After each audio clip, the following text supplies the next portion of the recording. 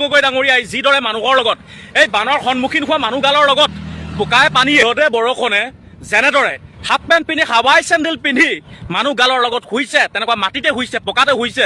সেইজন বিধায়কক আকৌ এই টাইমত মাল নাইকিয়া মগজ নাইকিয়া মুখ্যমন্ত্ৰীয়ে ক'বলৈ আহে এই দান কৰিবলৈ অখিল গগৈয়ে টকা ক'ৰ পৰা পাইছে। সেইকাৰণে কওঁ মই এইজন যে জধামূৰ্খ মুখ্যমন্ত্ৰী বুলি, মুখ্যমন্ত্ৰী নহয় মূৰ্খমন্ত্ৰী যে কওঁ, এইটো কাৰণে কওঁ এইটো এটা পাগল আৰু জধামূৰ্খ মুখ্যমন্ত্ৰী। এখন ৰাজ্যৰ মুখ্যমন্ত্ৰী হৈ এখন ৰাজ্য শাসন কৰি থকা অৱস্থাত এখন জিলা, গোটেই জিলাখন কি হ'ল বানত ডুব গ'ল, গোটেই মানুহৰ অৱস্থা নাই। তাৰ পিছতো প্ৰশ্ন কৰ যে অখিল গগৈয়ে দান কৰিবলৈ টকা ক'ৰ পৰা পাইছে। ইয়াৰ লগতে পীযুষ হাজৰিকা নে কি সেই পাগলটো, সেই জধামূৰ্খটো, মোৰ তাৰ নাম ল'বলৈ মন নাই, সেই পাগলটোৱে কি কয় হাৱাই চেণ্ডেল পিন্ধা কথা কয় আৰু হাফ পেণ্ট পিন্ধা কথা কয়।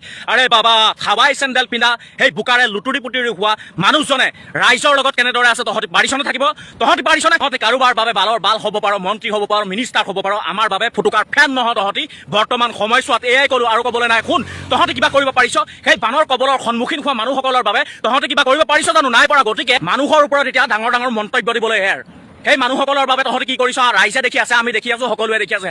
আমি আজি সহায় কৰিব পৰা নাই। এই ইউটিউবাৰসকলে, ভিডিঅ' ক্ৰিয়েটাৰসকলে, সাধাৰণ মানুহসকলে, শিল্পী সমাজখনে, শিল্পী জগতখনে যেনেদৰে সহায় কৰি আছে নহয়, তহঁতি তাতকৈ বহুত বেছি কৰিব লাগিছিল। আজি আজমল ডাঙৰীয়াক সহায় কৰাৰ বাবে তহঁতি কি কৰিছ? এটা মুখ্যমন্ত্ৰী, এই মূৰ্খমন্ত্ৰীয়ে কৈছে আজমল ডাঙৰীয়াক সহায় কৰাৰ বাবে কৈছে যে আজমল ডাঙৰীয়াই টকা পালে ক'ৰ পৰা দান কৰিবলৈ 2 কোটি 2.5 কোটি টকা। আৰে বাবা, আজমল ডাঙৰীয়াই কিমান ডাঙৰ ব্যৱসায় কৰে এই ৰাজ্যখনৰ ভিতৰত? আজমল ডাঙৰীয়াই ব্যৱসায় নকৰে, অসমৰ বাহিৰত ডাঙৰ ডাঙৰ ব্যৱসায় কৰে, সেইটো ইলিগেল ব্যৱসায় কৰে, সেইটো সকলোৱে জানে। তহঁতি এটা মিনিষ্টাৰ হয়, তহঁতি আজিলৈকে গম নাপাওঁ, তাৰ ওপৰত প্ৰশ্ন উত্থাপিত কৰিবলৈ আহিছ। আনৰ দৰে অখিল গগৈ ডাঙৰীয়াই ডাঙৰ ডাঙৰ সম্পত্তি গঢ়া নাই, তহঁতৰ দৰে। আনৰ দৰে বুলি বাদ দে, তহঁতৰ দৰে সম্পত্তি অখিল গগৈ ডাঙৰীয়াই গঢ়া নাই। যিখিনি কৰি আছে তাৰ তাৰিফ কৰিবলৈ শিক। যদি হিংসা লাগিছে, কৰিব পৰা নাই, তেতিয়া কৰিব নালাগে। তহঁতক কোনো প্ৰশ্ন কৰি থকা নাই, কিয় কৰা নাই। যিখিনিয়ে কৰি আছে, সাধাৰণ মানুহৰ পৰা আদি কৰি, আজমলৰ পৰা আদি কৰি, লাগিলে এটকাই দান কৰা মানুহক যিখিনি কৰি আছে নহয়, সেইসকলক কৰিবলৈ, যিখিনিয়ে কৰি আছে তেওঁলোকৰ মনবিলাক ভাঙিবলৈ চেষ্টা নকৰ, উৎসাহ দিবলৈ চেষ্টা কৰ। তহঁতি প্ৰশ্ন কৰিছনে? শিৱসাগৰবাসী যিসকল বানৰ কবলৰ সন্মুখীন হৈ আছে, সেইসকল মানুহে কি খাইছে, কি খোৱা নাই, কি পিন্ধিছে, তহঁতি আজিলৈকে প্ৰশ্ন কৰিছনে? কিবা এটা সহায় কৰিছনে? ডাঙৰ ডাঙৰ মিনিষ্টাৰ হৈ, মুখ্যমন্ত্ৰী হৈ, এখন ৰাজ্যৰ এখন শাসন কৰি আছো, তাৰ পিছত তহঁতি প্ৰশ্ন কৰিছ? প্ৰশ্ন কৰা নাই। তাৰপিছত কি কৰিছ?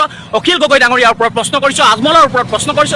তহঁতি মানুহ হয় নে কি হয়? মই যদি একেবাৰে মুকলিভাৱে এই জধামূৰ্খ বুলি ক'ব যাওঁ মুখ্যমন্ত্ৰী, এগাল মানে মোৰ কমেণ্ট বক্সত কি কৰে, বেয়াকৈ কমেণ্ট কৰে। আৰে তহঁতলে ভয় কৰি থকা নাই কথা ক'বলৈ, যি কৰ কৰি থাক। কাৰণ সেই বানৰ কবলত মানুহ মৰি গৈছে, ছুইচাইড কৰি দিছে। তাৰ কাৰণে আমি জেলত থকাটো, কিবা খোৱাটো সাধাৰণ কথা। যি কৰ মই অপেনলি কৈছো, কৰি থাক। তহঁতি একো বাল কৰিব নোৱাৰ যেতিয়া আন এজন মানৱ বিৰোধী বিধায়কে হাফ পেণ্ট পিন্ধি, চেণ্ডেল পিন্ধি, বোকাত লুতুৰি পুতুৰি হৈ, পকাত মাটিত গৈ যেনেদৰে তেওঁলোকৰ লগত আছে 4-5 দিন 6 দিন, তহঁতি থাকিব পৰা নাই আৰু তহঁতি নোৱাৰ। গতিকে আমাৰ বাবে সেই বিধায়কজনে সন্মানীয়, যিজনে হাৱাই চেণ্ডেল আৰু হাফ পেণ্ট পিন্ধি বৰ্তমান সময়ত সেই মানুহসকলৰ বাবে বোকাত লুতুৰি পুতুৰি হৈ তেওঁলোকৰ লগত আছে। ধন্যবাদ ভিডিঅ'টো সম্পূৰ্ণ কৰাৰ বাবে। আৰু এনেকুৱা ধৰণৰ ভিডিঅ' পাই থাকিবলৈ চেনেলটো ছাবস্ক্ৰাইব কৰি দিব। লগতে ভিডিঅ'টোত লাইক কৰি আপোনালোকৰ কমেণ্টবোৰ নিশ্চয় জনাব। ধন্যবাদ।